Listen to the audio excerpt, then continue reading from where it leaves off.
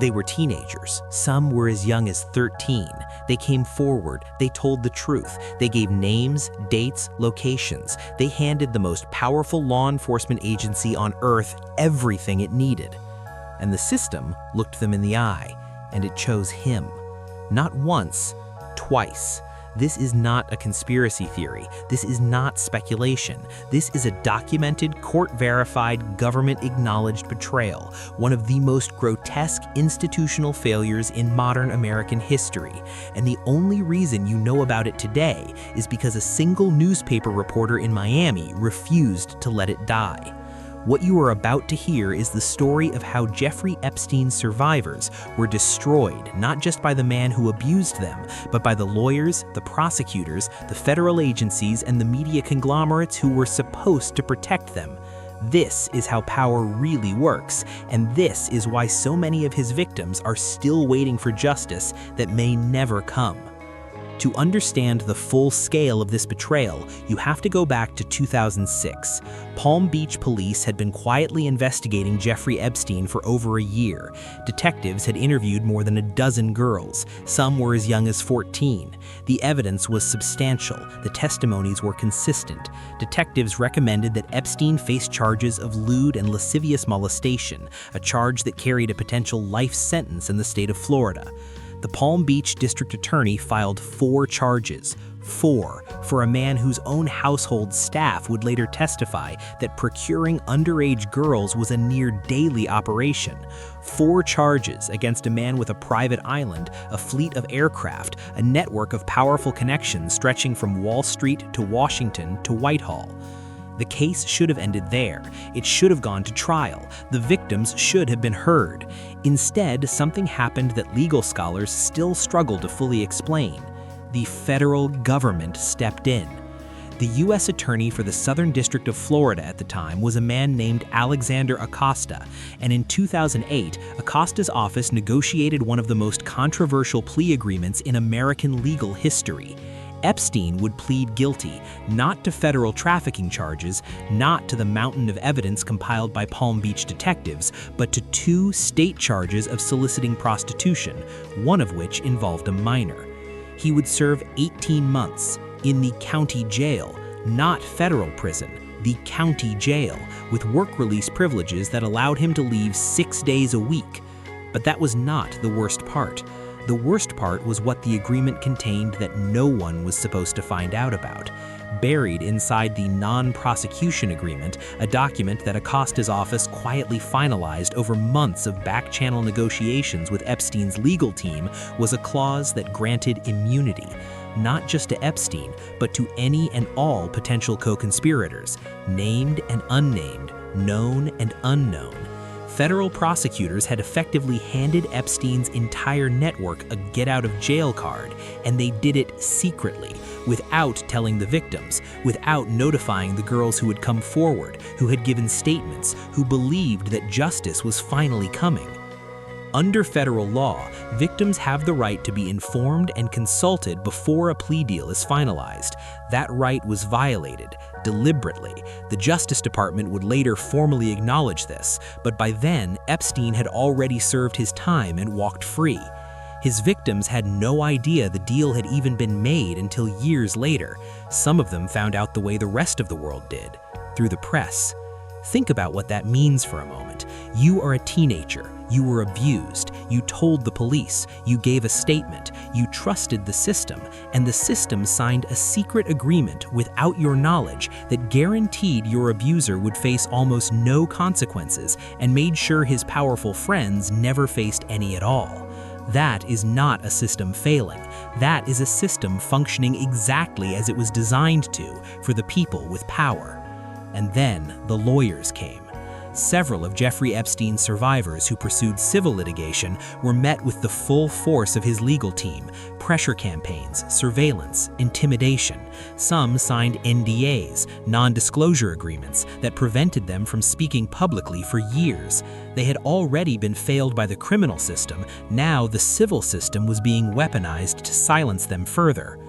One of those survivors was Virginia Giuffre. She refused to stay silent. She spoke to journalists. She filed civil suits. She named names. She described in graphic detail being trafficked to powerful men across multiple countries. She was called a liar. She was called unstable. She was subjected to a sustained, coordinated effort to destroy her credibility, funded by some of the most expensive legal talent in the world. The smear campaign against Epstein's survivors was not accidental. It was strategic, it was organized, and it worked for years. Here is where the second destruction begins. By 2010, Jeffrey Epstein had served his time, returned to his Manhattan townhouse, the largest private residence in New York City, and resumed his life almost entirely unchanged. He attended charity galas, he sat on academic advisory boards, he entertained. His address book, which would later become one of the most scrutinized documents of the entire scandal, kept filling up with names. The mainstream media, with very few exceptions, looked away. This was not ignorance. Reporters knew the outline of the story. The Palm Beach case had generated local coverage, the plea deal had been noted, but the full scope, the network, the trafficking operation, the involvement of powerful figures across politics, finance, and entertainment, that story was left to rot, and the survivors were left with it. For nearly a decade, the women who had been abused watched the man who abused them move freely through elite society. They watched institutions protect him. They watched silence be rewarded. They watched the world they had been promised, a world where truth mattered, where evidence meant something, where powerful men faced consequences, turn out to be a fiction. That is the second destruction, not the abuse itself, but the decade-long message delivered by governments, by courts, by media, by elite institutions that their suffering did not matter enough to disrupt the comfort of powerful men. Then came Julie K. Brown. In 2018, an investigative reporter in the Miami Herald published a series called Perversion of Justice. It took years to report. It involved tracking down and interviewing more than 80 women who said they had been abused by Jeffrey Epstein. It reconstructed the 2008 plea deal in meticulous detail. It documented the victim notification failures. It named prosecutors. It asked questions that powerful people did not want asked. The series exploded. Within months, the Southern District of New York, a different federal jurisdiction, had opened a new investigation. In July 2019, federal agents arrested Jeffrey Epstein at Teterboro Airport as he returned from Paris. He was charged with sex trafficking of minors and conspiracy. The indictment described a years-long operation involving dozens of victims across multiple states. For his survivors, this moment was complicated. It was validation. It was relief. It was also, after more than a decade of silence, almost incomprehensible. The system that had let him go was now finally coming for him. Except it wasn't finished yet. On the morning of August 10, 2019, Jeffrey Epstein was found dead in his cell at the Metropolitan Correctional Center in Manhattan. He had been taken off suicide watch days earlier. The cameras covering his cell had malfunctioned. 2 guards assigned to check in on him had fallen asleep and failed to conduct required rounds. The medical examiner ruled his death a suicide by hanging. The questions raised by his death have never been fully resolved. What is not in dispute is the consequence. The man at the center of the operation, the man whose testimony in open court could have exposed the full breadth of his network, could have named every name in that address book, could have told the world exactly how the operation worked and who benefited, was gone, without giving a single day of testimony. His survivors watched the possibility of full accountability die with him. Ghislaine Maxwell, his longtime associate and alleged chief recruiter, was eventually convicted in December 2021 on 5 federal counts, including sex trafficking of a minor. She is currently serving a 20-year sentence. Her trial provided significant testimony from survivors, but Maxwell, too, refused to name her co-conspirators publicly under oath. The names in the address book remain, for the most part, exactly where they are, in the book, unaccounted for, unexamined in any criminal proceeding. The Epstein estate has paid out approximately $125 million to survivors who filed claims. For many, this settlement, obtained after exhausting, emotionally brutal legal processes, represents the only formal acknowledgement they will ever receive that what happened to them was real, was documented, and was worth something to someone. That is not justice, but for some, it was the only version of it available.